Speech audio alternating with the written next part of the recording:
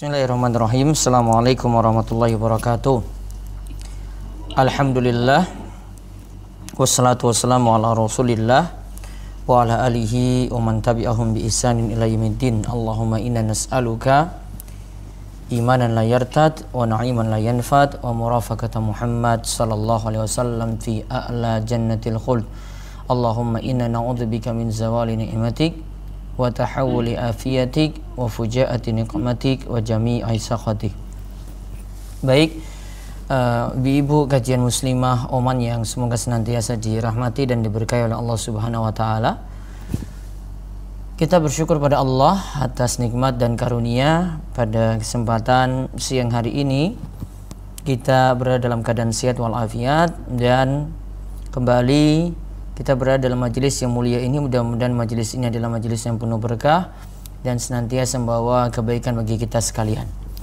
Baik, kali ini kita akan lanjut masih dari kitab Bulughul Maram, masih seputar azan, yaitu saat ini kita bahas hadis nomor 187 dan 188. Setelah sebelumnya kita bahas tentang masalah menjamak sholat, lalu untuk azan itu nanti diulang untuk setiap sholatnya kalau itu dijamak, kemudian iqamahnya hanya untuk azannya itu sekali dan iqamahnya nanti dua kali. Ya, azannya itu sekali dan iqamahnya nanti untuk dua kali untuk dua sholat. Sekarang kita lihat hadis Ibnu Umar dan Aisyah radhiyallahu anhuma. Dari Ibnu Umar radhiyallahu anhuma dan Aisyah radhiyallahu anha, ia berkata, qala Rasulullah sallallahu alaihi wasallam, Rasulullah sallallahu alaihi wasallam bersabda, inna Bilalan yu'adzinu bilailin. Sesungguhnya Bilal mengumandangkan azan ketika hari masih malam. Sesungguhnya Bilal mengumandangkan azan ketika hari sudah malam atau ketika hari masih malam, yaitu maksudnya di sini belum masuk subuh. Kemudian dikatakan dalam hadis, fakulu washrabu hatta yunadiya ibnu Ummi Maktum. Makan dan minumlah sampai dikumandangkannya azan dari Ibnu Ummi Maktum. Makan dan minumlah sampai dikumandangkannya azan dari Ibnu Ummi Maktum. Kemudian disebutkan Ibnu Ummi Maktum itu siapa? Wa kana rajulan a'ma la yunadi hatta yuqalu lahu asbahta asbahta. Dia adalah seorang buta, tidaklah dia mengumandangkan azan sampai ada yang nanti mengatakan padanya subuh sudah masuk. Subuh sudah masuk. Muttafaqun alaih. Hadis ini diriwayatkan oleh Imam Bukhari dan Muslim. Kemudian juga kita lihat hadis 189 dari Ibnu Umar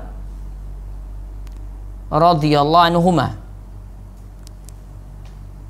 Ia berkata, inna Bilalan azana qabla al-fajri fa amarahu an-nabiy sallallahu alaihi wasallam ay yarji'a fayunadiya ala innal abda nama. Bahwa Bilal mengumandangkan azannya sebelum terbit fajar, lalu Rasulullah SAW menyuruhnya untuk pulang dan menyerukan, ketahuilah bahwa hamba ini sedang tidur atau lalai. Rawahu Abu Dawud wa dha'afahu. Hadis ini diriwayatkan oleh Abu Dawud dan ia mendhaifkannya. Hadis ini diriwayatkan oleh Abu Dawud dan ia mendhaifkannya. Maka kita lihat di sini cerita tentang hadis Ibnu Umar dan Aisyah tadi, bahwasanya tentang azannya Bilal.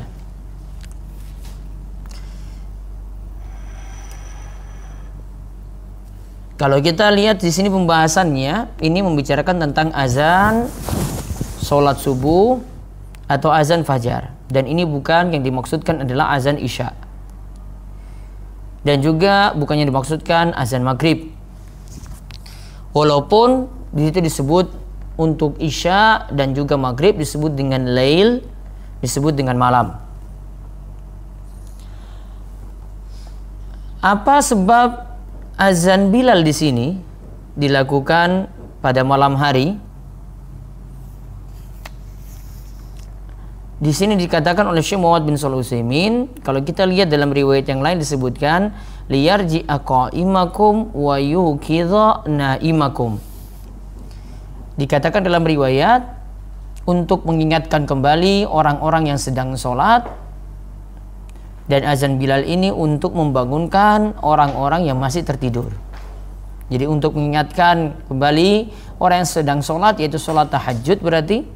Kemudian untuk membangunkan lagi orang-orang yang sedang terlelap tidur.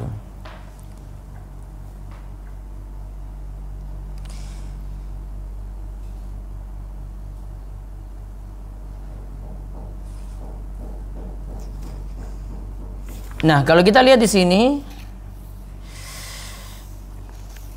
ada perintah lagi setelah azan Bilal, dikatakan fakulu washrabu. Sekarang tetap boleh makan dan juga tetap boleh minum sampai nantinya Ibnu Ummi Maktum, nama aslinya di sini adalah Abdullah, yaitu Abdullah Ibnu Ummi Maktum, itu mengumandangkan azan. Yaitu mengumandangkan azan ketika subuh itu tiba.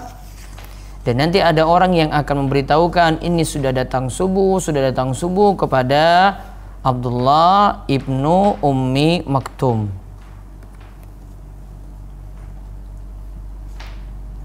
Nah, di sini apa faedah yang bisa kita ambil dari hadis tersebut? Yang pertama, hadis Ibnu Umar dan juga hadis Aisyah di sini punya faedah. Nabi SAW mendorong umatnya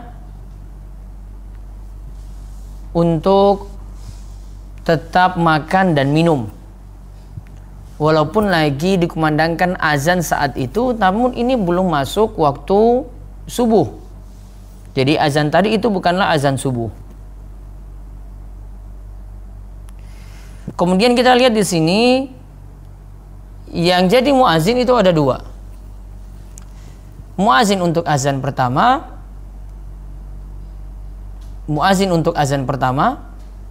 yaitu Bilal. Kemudian yang kedua muazin untuk azan yang kedua kalinya yaitu oleh Ibnu Ummi Maktum. Berarti dalam satu masjid boleh tukang azannya itu dua kali atau dua orang, dua orang, yaitu yang mengumandangkan azan itu nantinya dua orang. Kemudian faedah yang lainnya lagi, boleh azan untuk subuh itu sebelum waktunya. Karena dalam hadis ini disebutkan bahwasanya Nabi SAW mengatakan inna bilalan yu'adzinu bilailin, bahwasanya Bilal itu mengumandangkan azan di malam hari, dan ini maksudnya adalah sebelum waktu subuh itu masuk.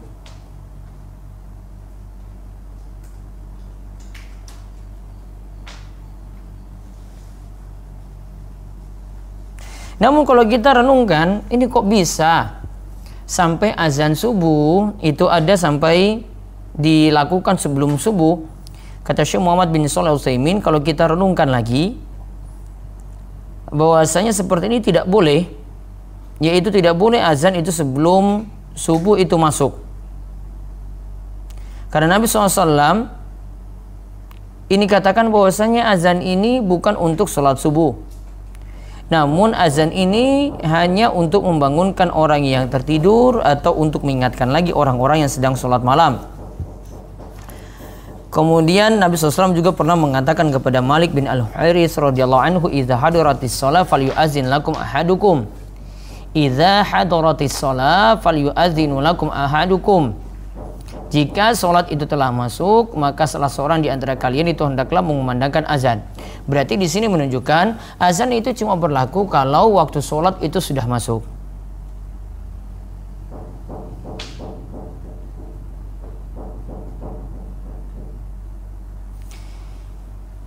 Nah, kalau kita lihat di sini, berarti Syekh Muhammad bin Shalih Al-Utsaimin maksudkan tadi azan yang dilakukan oleh Bilal ini bukan azan untuk subuh.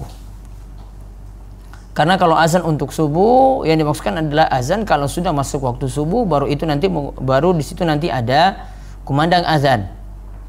Namun kalau yang tadi cuma untuk membangunkan orang-orang untuk sholat malam saja. Nah, nanti di sini punya bahasan, kalau kita bahas bahwasanya yang dimaksudkan situ azan subuh, di manakah letak bacaan as-sholatu khairum minan naum? Apakah ketika azan subuh, ketika subuh itu masuk tidak dikumandangkan lagi atau tetap dikumandangkan? Wallahu a'lam, pendapat yang tepat dalam masalah ini tetap ketika azan subuh tetap ada lafaz as-sholatu khairum minan naum.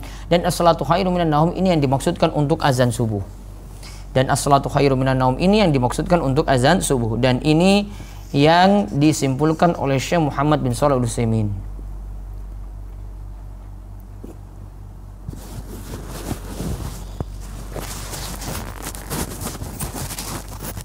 Jadi azan subuh tetap yang dimaksudkan untuk azan yang masuk waktu, sedangkan sebelumnya tadi cuma panggilan saja untuk membangunkan sholat malam. Tetapi untuk lafaz as-sholatu khairum minan naum ini tetap dikumandangkan saat azan subuh itu dikumandangkan. Kemudian faedah yang lainnya lagi, berarti muazzin ini boleh seorang yang buta. Karena Abdullah bin Ummi Maktum itu adalah seorang buta. Dan Nabi SAW tetap menjadikannya sebagai seorang muazzin. Namun ada syarat di sini. Kalau dia itu buta, harus ada syarat yang dijadikan patokan, yaitu bahwasanya dia punya kemampuan untuk mengetahui waktu. Yaitu bisa dia tahu sendiri atau bisa diberitahukan oleh orang lain. Dan di sini Ibnu Ummi Maktum mendapati waktu sholatnya, dia tahu waktu sholat itu masuk, ada yang memberitahukan ketika itu. Nah, ini berarti dia telah memenuhi syarat, telah mengetahui waktu sholat. Jadi yang penting untuk muazin, dia dibolehkan untuk azan kalau dia itu buta, kalau dia itu mengetahui waktu sholat. Termasuk juga yang tidak buta juga demikian, hanya boleh azan itu dikumandangkan ketika sudah masuk waktu sholat. Kemudian faedah yang lainnya lagi boleh dalam masalah boleh kita itu mengamalkan khobar dari satu orang, berita dari satu orang, termasuk di sini dalam masalah azan. Karena tadi yang kumandangkan azan itu adalah satu orang, lantas orang-orang itu dengar, masih boleh makan dan minum, dan kemudian perintah itu dilaksanakan. Jadi tidak disyaratkan untuk masalah penyampaian hukum semacam ini pemberitaannya harus dari banyak orang, cukup dari satu orang saja sudah dianggap di sini cukup. Kemudian di sini juga menunjukkan masih bolehnya makan dan minum bagi orang yang akan berpuasa sampai waktu subuh benar-benar masuk. Sampai waktu subuh benar-benar masuk. Berarti fungsinya azan di sini yaitu kalau dimasukkan dengan azan subuh berarti tanda bahwasanya makan dan minum itu sudah berhenti. Berarti nantinya ada keadaan sebelum azan subuh tadi, ini masih boleh untuk sholat malam, masih boleh untuk makan tadi. Namun ketika azan subuh sudah berkumandang, sholat malam sudah tidak ada lagi. Begitu juga untuk makan dan minum sudah tidak ada lagi saat itu.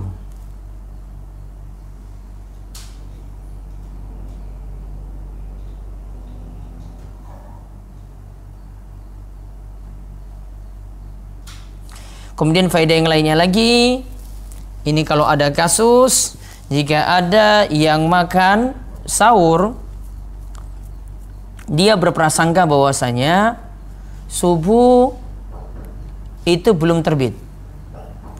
Artinya subuh itu belum datang. Dia belum mengetahui tanda-tandanya ini, namun dia tetap makan sahur terus. Kemudian ternyata dia dapat keterangan bahwasanya fajar itu sudah terbit tadi. Namun tadi dia dengan sangkaan kuat sekali ini belum masuk. Bagaimana dengan puasanya? Maka kesimpulannya puasanya itu sahih, puasanya itu sah, dan dia tidak berdosa saat itu karena dia masih mengerjakan apa yang dibolehkan. Dia masih mengerjakan apa yang diizinkan. Dan siapa yang mengerjakan apa yang diizinkan, maka dia tidaklah dihukumi terkena dosa. Dan dia tidak meninggalkan kewajiban saat itu. Ya, jadi ini bagi orang yang tidak sengaja, dia cek-cek, ternyata mungkin makan sahurnya kalau di tempat kita misalnya subuh itu sudah 4:30, namun dia bangun pagi ini jam 6 dalam keadaan semuanya itu gelap. Kemudian dia makan sahur terlebih dahulu, ternyata tiba-tiba itu terang. Ya, tiba-tiba itu terang, lampu itu nyala, kemudian dapat kejelasan, wah ternyata ini sudah jam 6. Apakah dia bisa lanjutkan puasa? Tadi dia bangun dalam keadaan yakin ini belum masuk subuh. Maka ketika itu dia makan, ini adalah waktu yang diizinkan. Maka dia boleh melanjutkan puasa saat itu. Ini bagi orang-orang yang dalam keadaan jahil atau orang-orang dalam keadaan tidak tahu tadi, padahal sudah sangkaan jelas, sudah punya sangkaan kuat bahwasanya itu belum masuk waktunya. Dan dia ketika itu juga tidak ada qadha. Baik, sampai tadi kalau orang itu dalam keadaan lupa sudah masuk subuh, ternyata menurut sangkaan kuat dia belum masuk. Lantas dia makan sahur, maka ketika itu dia melakukan sesuatu yang masih diizinkan. Dan dia boleh melanjutkan puasa dan tidak ada dosanya. Dan juga tidak ada qadha untuk puasanya tadi, baik untuk puasa wajib maupun puasa sunnah. Sekarang kita lihat hadis yang tadi disebut hadis 189 dari Ibnu Umar radhiyallahu anhu tadi, bahwasanya Bilal azana qabla al-fajri. Bilal itu pernah azan sebelum subuh. Fa amarahu Nabi SAW ayyarji'ah. Nabi SAW lantas menyuruh untuk mengulangi azan tadi.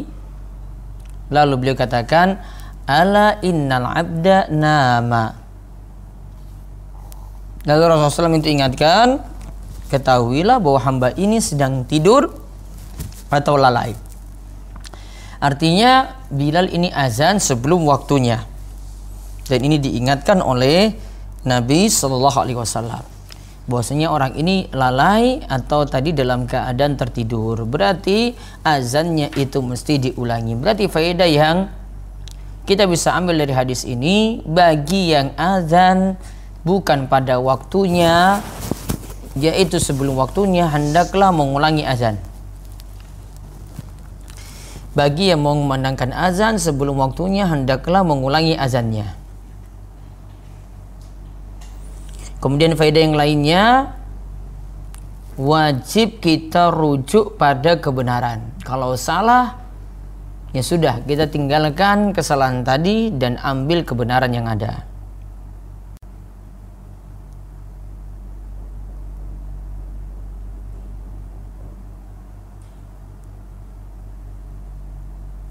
Kemudian faedah yang lainnya lagi, hadis ini menunjukkan azan itu mesti tepat pada waktunya, yaitu ketika waktunya sudah masuk baru boleh mengumandangkan azan. Tidak boleh sebelumnya, walaupun itu misalnya tersisa 5 menit dari waktu sesungguhnya. Kemudian kita lihat hadis yang berikutnya lagi, hadis 190 dari Abu Sa'id Al-Khudri radhiyallahu anhu. Dia berkata bahwasanya Rasulullah sallallahu alaihi wasallam bersabda, "Idza sami'tumun nida faqulu misla ma yaqulul muadzin." Muttafaqun alaih. Rasulullah SAW itu bersabda, jika kalian mendengar azan, maka ucapkanlah sebagaimana yang diucapkan muadzin. Hadis ini muttafaqun alaih, diriwayatkan oleh Imam Bukhari dan Muslim. Walil Bukhari, dan dalam riwayat Bukhari disebutkan an Muawiyah, dari Muawiyah radhiyallahu anhu misluhu, menyebutkan semisal itu pula. Kemudian hadis 192, wali muslimin an Umar radhiyallahu anhu fi fadlil qawli kama yaqulul muadzinu kalimatan siwal hay'alataini fayaqul la haula wala quwata illa billah. Dan Muslim itu meriwayatkan dari Umar radhiyallahu anhu tentang fadilah menjawab azan dengan ucapan seperti yang diucapkan muadzin, yaitu mengucapkan kalimat demi kalimat. Muadzin ucapkan Allahu Akbar, kita juga menjawab dengan Allahu Akbar, Allahu Akbar. Muadzin mengucapkan asyhadu alla ilaha illallah, kita juga menjawab asyhadu alla ilaha illallah. Kecuali ucapan hayya 'alatain, yaitu pada ucapan hayya 'alas shalah dan hayya 'alal falah, maka hendaklah ia ucapkan la haula wala quwata illa billah. La haula wala quwata illa billah. Tidak ada daya dan upaya kecuali dengan izin Allah. Nah, kesimpulannya dari hadis ini, Abu Sa'id Al-Khudri dan juga hadis Umar, kita lihat faedah yang bisa kita ambil, ternyata ibadah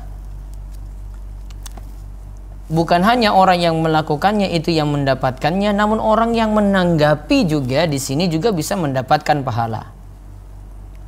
Bukan hanya orang yang melakukannya itu yang mendapatkan pahala, namun orang yang menanggapi juga akan mendapatkan pahala. Maka kita lihat jelas muadzin dia kumandangkan azan, dia dapat pahala. Namun orang-orang yang mendengarkan tadi, ya, orang-orang yang mendengarkan tadi kemudian ngikuti juga. Muazin ucapkan Allahu Akbar, dia juga ucapkan Allahu Akbar. Orang-orang yang dengar azan ini ucapkan juga yang sama. Maka sekedar mengikuti saja juga mendapatkan pahala pula. Maka berarti tugas kita itu mengikuti orang-orang yang berbuat baik. Mengikuti ada yang berbuat amal soleh, maka kita ikuti keadaannya berbuat amal soleh. Ya, beda halnya kalau ada yang berbuat maksiat, ya kita ikut-ikutan juga, ya kita kena dosa. Yang jelas di sini kita dituntut untuk melakukan amal soleh, ya, dari orang-orang juga yang berbuat amal soleh.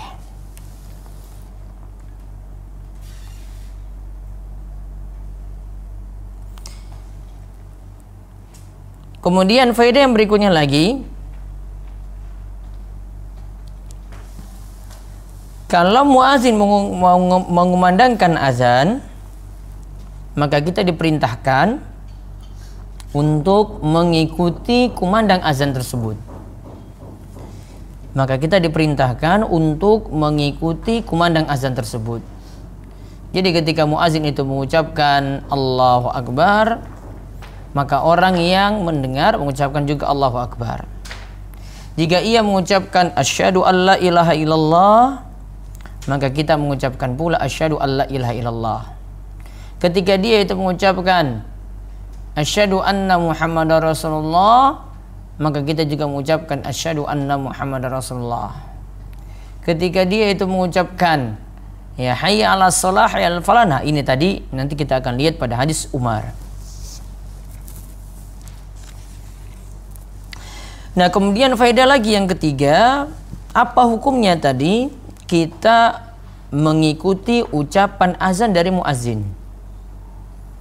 Kalau tadi disebutkan dalam hadis faqulu, ucapkanlah seperti apa yang muazin itu ucapkan, maka sebagian ulama menganggap sebagaimana zahirnya, tekstualnya dihukumi wajib pula.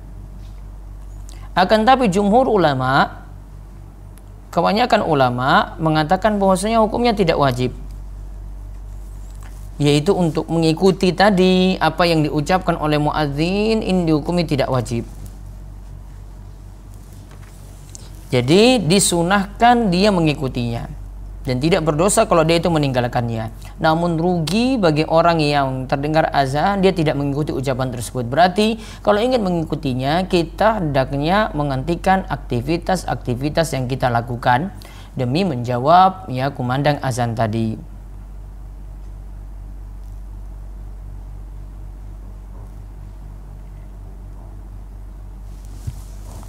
Kemudian bagaimana cara mengikuti kumandang azan tadi? Maka kalau disebut ucapan Allahu Akbar, kita juga jawab demikian. Muazin berhenti Allahu Akbar, kita ucapkan juga Allahu Akbar, Allahu Akbar. Muazin itu ucapkan asyhadu alla ilaha illallah, kita ucapkan lagi asyhadu alla ilaha illallah. Maka asalnya kita mengucapkan seperti itu. Jadi satu kalimat diucapkan, maka kita ucapkan berikutnya lagi.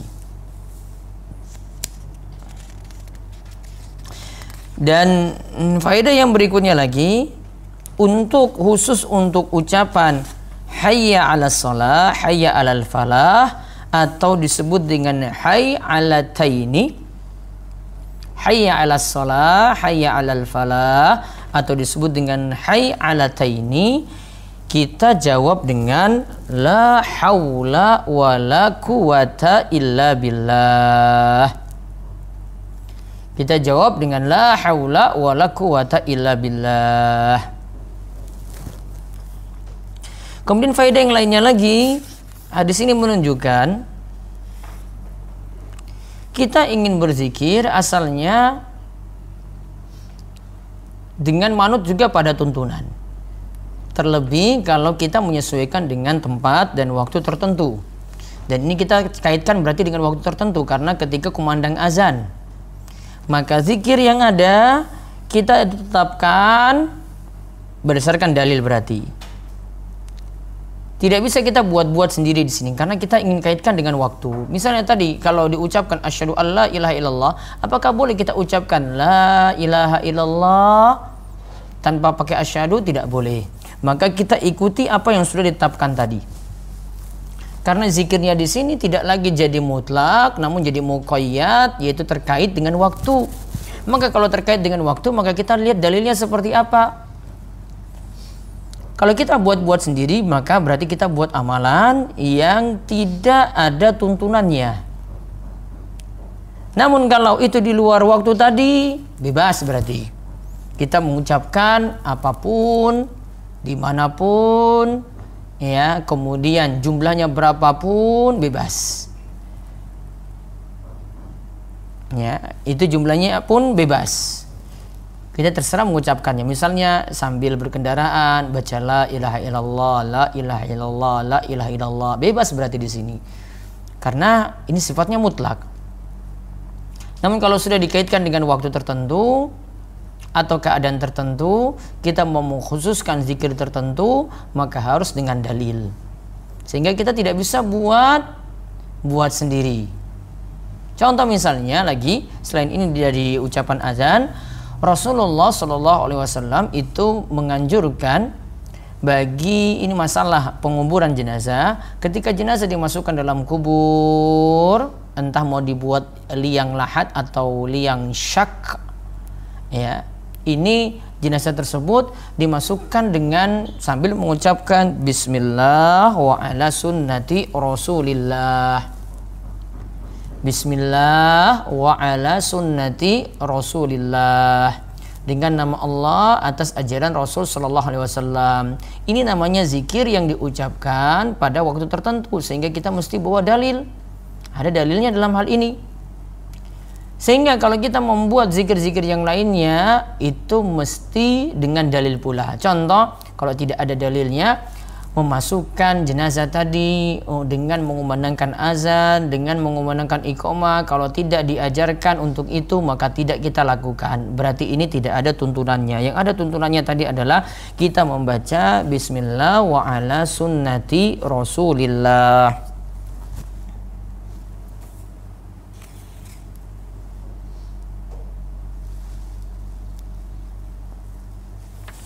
Kemudian faedah yang lainnya lagi, pengertian dari la haula wala quwata illa billah.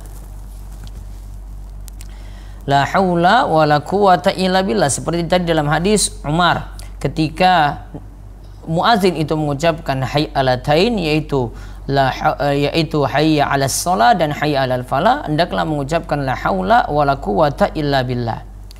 La di sini artinya tidak. Haula di sini adalah yang menghalangi untuk berbuat maksiat. Wala dan wa itu dan, kemudian la itu tidak, kuwata itu kekuatan untuk melakukan ketaatan. Berarti kalau kita artikan, tidak ada yang dapat menghalangi dari maksiat dan tidak ada yang dapat mendorong untuk melakukan ketaatan kecuali illa billah, kecuali dengan pertolongan Allah Subhanahu wa ta'ala.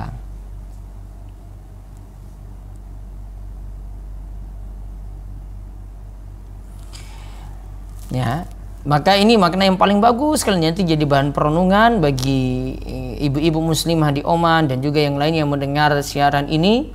Ya, ketika baca kalimat ini, baik ketika kita baca dalam zikir-zikir yang sifatnya mutlak atau dikaitkan dengan waktu tertentu, baca kalimat la haula wala quwata illa billah, maka maksudnya seperti itu. Tidak ada daya untuk mencegah dari maksiat kecuali dengan pertolongan Allah, dan tidak ada kekuatan untuk mendorong melakukan ketaatan kecuali dengan pertolongan Allah. Kemudian dari hadis tadi, bagaimana dengan iqamah? Apakah perlu diikuti juga? Kata Syekh Muhammad bin Shalih Al-Utsaimin, yang tepat iqamah tidak perlu diikuti seperti azan tadi. Karena kalau hadis-hadis yang membicarakan iqamah mesti diikuti juga sama dengan azan, itu dhaif hadisnya kata beliau. Dan juga ketika kumandang iqamah tidak ada jawaban juga aqamahallahu wa adamaha, itu juga tidak ada ucapan demikian, maka tidak perlu. Kemudian apa yang mesti dilakukan juga di sini ada pertanyaan pada Syekh Muhammad bin Shalih Al-Utsaimin. Jika seorang itu masuk masjid dan azan itu sedang dikumandangkan, apakah mengerjakan salat tahiyatul masjid dulu ataukah menjawab atau mengikuti ucapan azan? Kata beliau, mengikuti ucapan azan. Karena mengikuti ucapan azan itu sebentar saja. Jadi dia berdiri sebentar mengikuti ucapan azan tadi.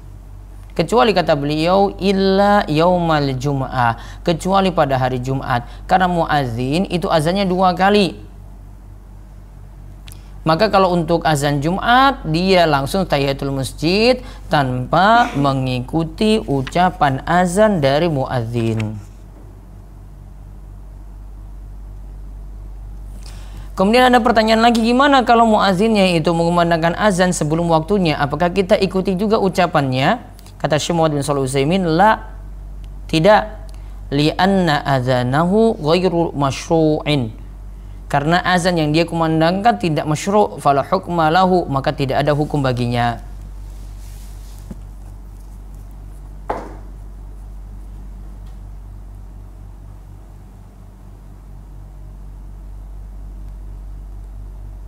Kemudian bagaimana kalau untuk wanita, dia tidak berada di masjid misalnya, apakah dia juga mengikuti ucapan azan tadi? Di sini ada pertanyaan kepada Syekh Muhammad bin Shalih Al-Utsaimin, gimana kalau orang sakit dan wanita, apakah juga mengikuti ucapan azan? Kata beliau, na'am, iya, orang sakit dan para wanita semua mengikuti ucapan azan tadi. Ya, semuanya karena diperintahkan untuk sholat, walaupun mereka tidak sholat di masjid, tetap mereka punya anjuran juga, dianjurkan pula untuk menjawab atau mengikuti ucapan azan tersebut.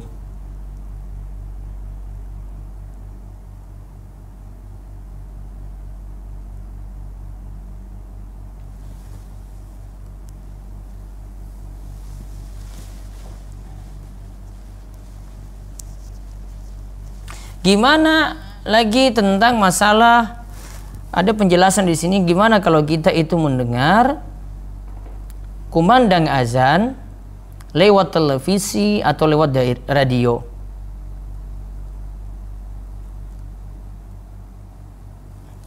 Nah, di sini dijelaskan juga kalau azannya itu langsung, bukan azan rekaman, berarti diikuti.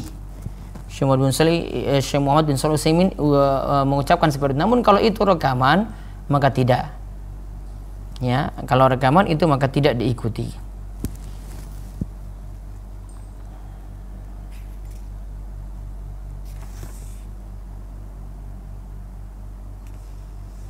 Nah, di sini seperti pertanyaan yang ditujukan pada beliau, gimana kalau yang didengar itu azan yang rekaman? Apakah diikuti? Kata beliau, tidak. Jawaban beliau, karena aku menilai azan yang direkam itu dianggap sebagai azan. Itu cuma hikayat saja dari suara dari muadzin. Karena ada yang rekaman azan tadi, muazzinnya itu sudah meninggal beberapa waktu yang lalu. Maka kalau dia kumandangkan azan, dia bukan orang lagi yang pantas.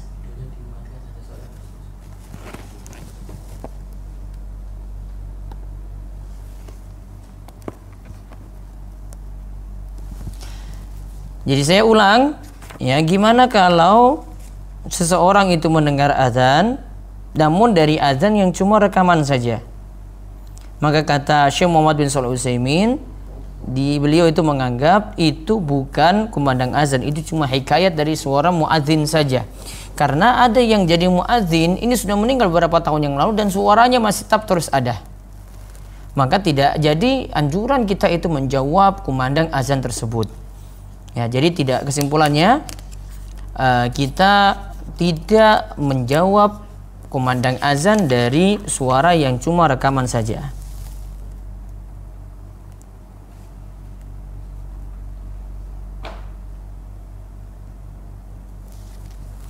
Wallahu a'lam bishawab. Ini yang bisa disampaikan untuk kesempatan kali ini. Jadi hadis yang kita bahas sampai hadis nomor 192 dari 187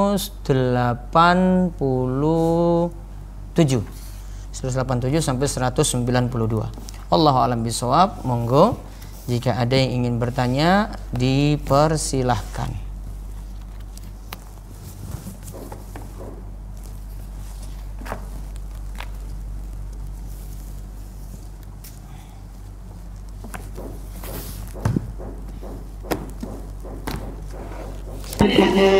Ustaz, ini ada yang mau bertanya ini. Iya. Assalamualaikum warahmatullahi wabarakatuh. Waalaikumsalam warahmatullahi wabarakatuh. Ustaz mau bertanya, apabila sedang berpergian dengan suami pada hari Jumat, suami kan mengerjakan sholat Jumat. Untuk kita sebagai perempuan, apakah mengikuti sholat Jumat itu atau menunggu selesai itu terus kita sholat zuhur gitu? Taib, ibu-ibu sholat apa tadi? Zuhur apa sholat Jumat? Itu pertanyaannya Ustaz. Oh, saya? Iya, saya tanya sama ibu. Saya melaksanakan sholat Jumat. Ibu melaksanakan sholat Jumat? Ya, karena kan di Oman ini terpisah antara wanita dan laki-laki. Jadi ibu di masjid berarti? Laki-laki. Iya, di masjid. Ibu beda ruangan. Iya, terus melaksanakan sholat Jumat. Ya sudah, bagi yang melaksanakan sholat Jumat dibolehkan dia melaksanakan ikut yang di masjid. Maka kalau sudah sholat Jumat tidak sholat zuhur lagi. Bagi yang tidak sholat Jumat, maka nantinya dia melaksanakan sholat zuhur sebagai gantinya. Kapan sholat zuhurnya? Ketika waktu azan zuhur sudah masuk. Kapan sholat zuhurnya? Ketika azan sholat zuhur sudah masuk.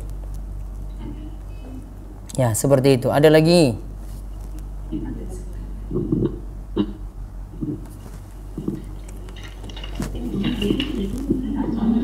Assalamualaikum Assalamualaikum warahmatullahi wabarakatuh. Waalaikumsalam warahmatullahi wabarakatuh. Monggo Bu. Ustaz, bawahnya ini kan sebentar lagi mau Ramadan. Ini terkait dengan azan fajar dan maghrib. Iya. Itu kita mengikuti azan itu kan bisa di sini masjid bisa banyak, azan bisa selisih waktu, misalnya sekian menit atau sekian detik gitu. Yang kita ikuti yang paling awal atau yang paling akhir, yang mana Ustaz? Ikut yang paling tepat waktu. Kalau tepat waktu itu kita pakai apa ya Ustaz? Soalnya kan kayak handphone apa gitu kan waktu bisa selisih sekian menit. Kan handphonenya kan punya waktu standar. Kalau kita setting HP itu sesuaikan dengan waktu sana langsung, dia kan bisa menyesuaikan waktu, akhirnya jadi sama seperti itu. Kan ada settingannya. Maka pakai seperti itu settingannya. Kalau ibu bingung ya sudah, pakai yang biasa dipakai di masjid saja. Jadi kita ngikutin yang masjid yang terdekat. Yang terdekat ya Ustaz, iya. Ya? Paling cuma selisih 1 menit 2 menit, tahan sedikit nggak masalah.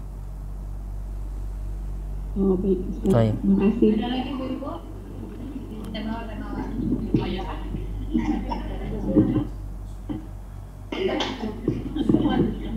Assalamualaikum warahmatullahi wabarakatuh. Waalaikumsalam warahmatullahi wabarakatuh. Ya, pertanyaannya sama materinya dengan yang pertanyaan terakhir Ustadz. Karena di sini Masya Allah masjidnya banyak dan kita dari rumah yang kita tinggali sekarang bisa mendengarkan dengan jelas lebih dari 2 azan.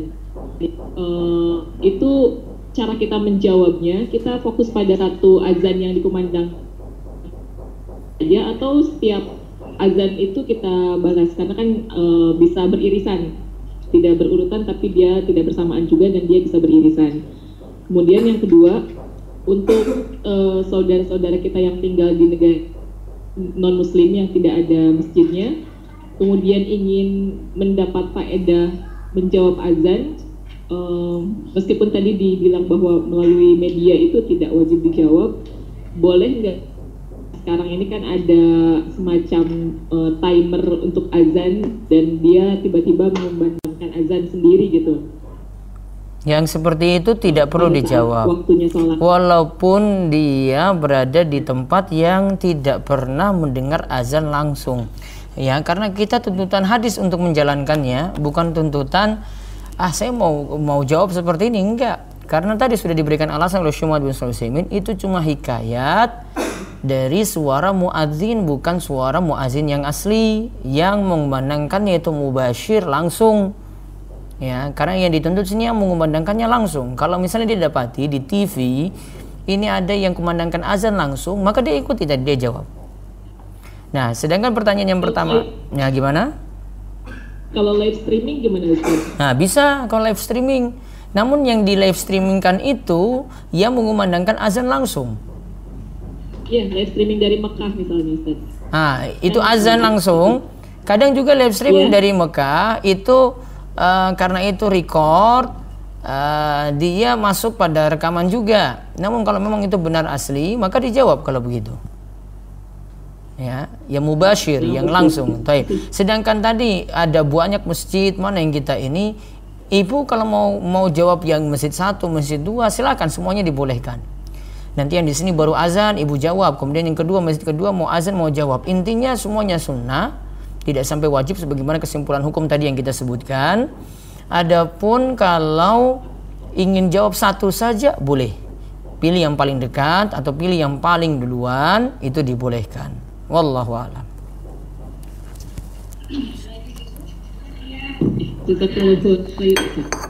Ya, aku. Ada lagi?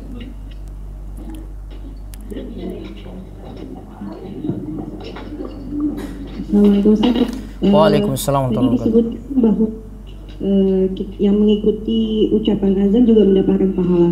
Iya. Itu apakah pahala dengan yang akan sebagai muazin atau sebagai Ustaz? Pahalanya bertingkat-tingkat juga, berarti yang azan lebih besar, yang cuma mengikuti, ya dia tidak dapat sebesar orang yang mengumandangkan azan. Jadi yang mengumandangkan azan tetap pahalanya lebih besar. Yang jelas masih tetap dapat pahala juga. Ada lagi? Ustaz mau tanya Ustaz, Ya. apakah pahalanya itu sama dengan pahala ketika membaca doa setelah azan selesai di antara azan dan iqamah? Pahala apa ini yang dimaksud? Pahala menjawab setiap Beda. kali muazin azan. Kalau dia baca doa itu pahala tersendiri, berdoa antara azan dan iqamah juga pahala tersendiri. Jadi berbeda. Amalannya karena berbeda. Ada lagi? Kemudian Ustaz, kalau hari Jumat itu kan 2 kali azan. Kita itu kalau kita sebagai perempuan juga tidak usah menjawab azan, Ustaz. Ini di rumah ini ya. Iya, Ustaz. Kalau 2 kali azan jawab juga berarti. Yang penting dengar azannya langsung, maka dia jawab azannya tadi, ikuti apa yang diucapkan muadzin. Oh iya, Ustaz. Ya. Baik. Nah, itu jadi berarti yang nggak usah menjawab itu laki-laki yang di masjid ya, Ustaz? Laki-laki di masjid sama juga, jawab juga. Oh. Yang karena belum Oh iya. belum imamnya itu kan lagi tidak berkhutbah, dia cuma mendengar azan, maka dia jawab azan tadi. Ada lagi?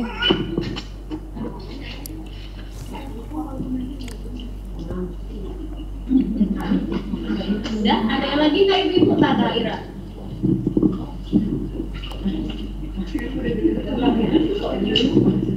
Assalamualaikum Ustaz. Waalaikumsalam warahmatullahi wabarakatuh. Saya mau mengkonfirmasi aja Ustaz, yang tadi kalau kita menjawab azan yang hayya ala kan kita jawab jawab yang La haula wala quwata illa billah. Ya, kalau yang salat subuh yang salatul ghairu minan. Taib, ini pertanyaannya tadi saya luput untuk menjelaskan. Kalau as-salatu khairu minan naum, karena kalimat yang lain dituntut jawab sama, hanya berbeda cuma hayy alatain saja, yaitu hayy ala shalah, hayy alal falah. Berarti as-salatu khairu minan naum, jawabnya juga as-salatu khairum minan naum. Jawabannya sama. As-salatu khairum minan naum dijawab juga as-salatu khairum minan naum. Walaupun ada ulama yang menganjurkan yang lain, bukan seperti tadi yang saya jawab, ya. Namun yang saya jawab seperti itu, ini yang lebih tepat. Ada di sini jelaskan oleh Syekh Muhammad bin Shalih Utsaimin. Ada beberapa jawaban di sini, saya sebutkan. Ada yang jawab seperti muazin mengucapkan, yaitu salatu khairu minan naum, dijawab juga salatu khairu minan naum. Ada juga ulama yang anjurkan jawabnya la haula wala quwata illa billah. Ada juga yang menganjurkan menjawabnya adalah sodakta wa barorta. Yang tepat kata Syekh Muhammad bin Shalih Utsaimin yang pertama, yaitu dijawab seperti apa yang diucapkan oleh muazin. Ya, jadi itu untuk kalimat as-salatu khairu minan naum. Ada lagi?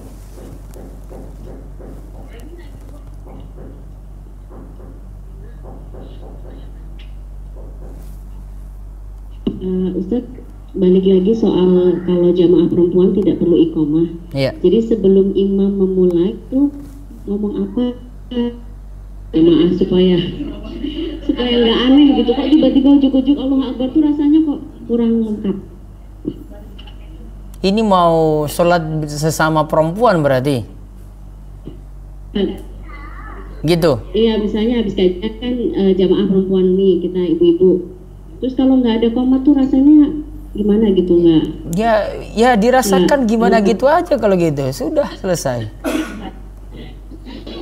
Kalau menirukan seperti imam laki-laki yang luruskan niat dalam bahasa Arab itu disunahkan juga nggak, Ustaz? Misalnya sawu sufufakum gitu. Luruskan, rapatkan sob, disunahkan. Jadi untuk ibu perempuan itu disunahkan. Iya, biasa gitu. Bisa pakai seperti itu. Tanpa ya kumandang iqomah. Gak usah pakai perasaan-perasaan di sini, buang aja perasaannya, Bu. Aduh, ini kok nggak enak. Ya yang nggak enaknya ini dibuang aja. Kita kan mengikuti dalil, bukan mengikuti nggak enaknya. Paham ya? Baik, Ustaz. Iya. Mohon kalau Ustaz ada mengenai apa tadi asawu itu boleh dikirim Ustaz, boleh di-share. Ada di Itu atau nah di rumahsa.com sudah ada yang beberapa pekan minggu lalu saya bahas itu kajian malam Kamis minggu lalu di website, judulnya tentang masalah meluruskan soft, itu meluruskan dan merapatkan soft judulnya. Jadi disunahkan perempuan untuk menyebutkan ucapan itu ya Ustaz? Betul sekali. Oke. Ini waktunya sudah habis. Satu pertanyaan lagi Ustaz, yang di hadis 49 itu ada kata-kata anida'u ya Ustaz ya? Gimana? Itu nida.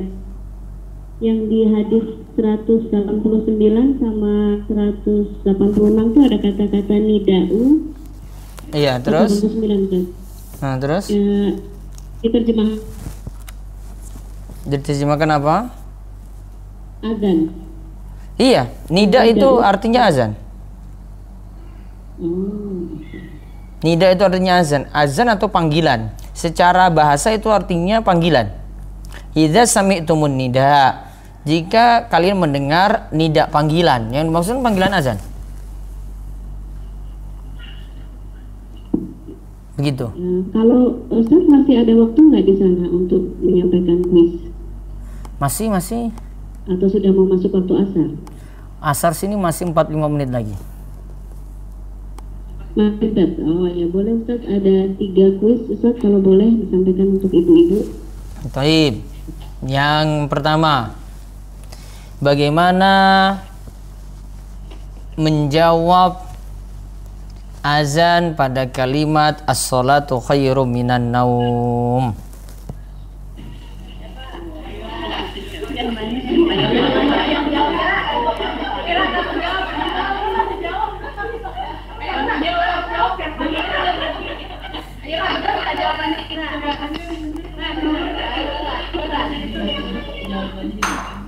Sudah?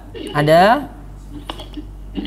Iya Ustaz, dijawab sama Ustaz. Ghairu minan naum. Dijawab bagaimana? Sama? Dijawab sama. Iya. As-salatu khairum minan naum. Baik, betul.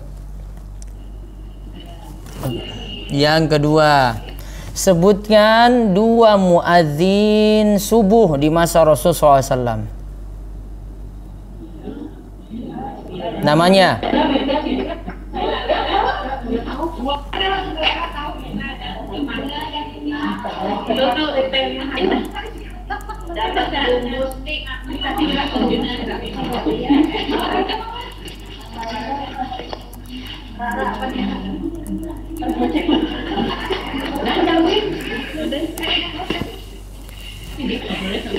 Ada?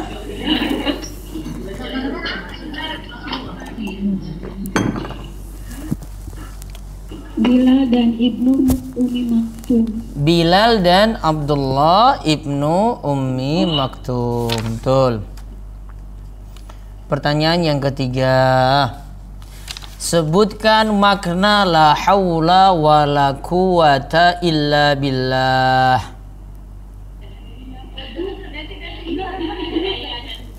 La haula wa la quwata illa billah. Artinya sendiri tiada daya dan upaya kecuali atas pertolongan Allah. Tapi maksudnya adalah tidak ada yang dapat menghalangi dari maksiat dan tidak ada yang dapat mendorong untuk melakukan ketaatan kecuali atas pertolongan dari Allah. Masya Allah, betul.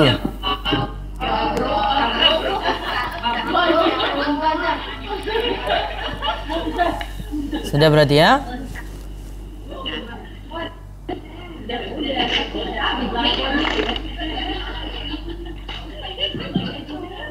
Baik Ustadz, sebelum kita tutup mungkin mohon konfirmasi untuk kajian berikutnya tanggal 7 Maret. Ustadz ada di tempat? Insya Allah, saya sudah pulang dari umroh. Alhamdulillah. Jadi jam 10 atau setengah 2, 13.30 WIB. Sama dengan hari ini ya? Iya, sama. Iya, 13.30. Iya. 7 Maret ya Ustaz ya. 7 Maret insyaallah. Nanti diingatkan lagi ke ini yang ngatur IT-nya nanti. Mas Udip ya. Ya, baik. Ini ada pesan dari Ibu. Lain kali kalau umroh mampir Muscat Ustaz. Iya, itu kemarin mampir, tapi ya kayak gitu. Sini. Ibu-ibu aja yang berangkat ke Mekah, nanti ketemu janjian di Mekah. Iya. Daripada janjiannya lah ini sebentar di situ, mendingan janjiannya di Mekah saja. Kan dekat, cuma berapa 1 jam saja yang dari Muscat.